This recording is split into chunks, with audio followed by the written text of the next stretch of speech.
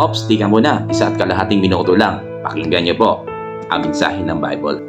Good morning po. Sabi po ni Apostle Paul dito sa Bible sa Romans chapter 6 verse 23, "For the wages of sin is death, but the gift of God is eternal life through Jesus Christ our Lord." So sabi nga dito sa Bible, binayaran ni Jesus ang ating mga kasalanan. Si Jesus Christ ay namatay sa cross para bayaran ang ating mga kasalanan. Ang kanyang sakripisyo ay isang biyaya na hindi natin kayang pantayan.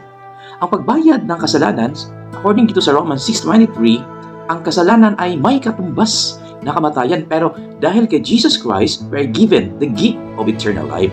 So yun ang sabi ni Apostle Paul. So ang sakripisyo ni Jesus Christ dito sa John 19:30, sabi nga niya is natapos na. So ipinahayag ni Jesus Christ na tapos na ang pag-alay para sa ating mga kasalanan. Sa kanyang kamatayan, sabi niya, He completed the payment for our sins. So ang pagbabayad sa sala sa pamagitan ni Kristo, sabi pa nga ni Pedro sa 1 Peter chapter 2 and verse 24, who His own self bare our sins in His own body on the tree.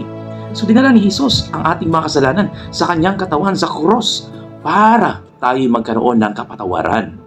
Tanggapin natin ang biyaya at sakripisyo ni Jesus Christ.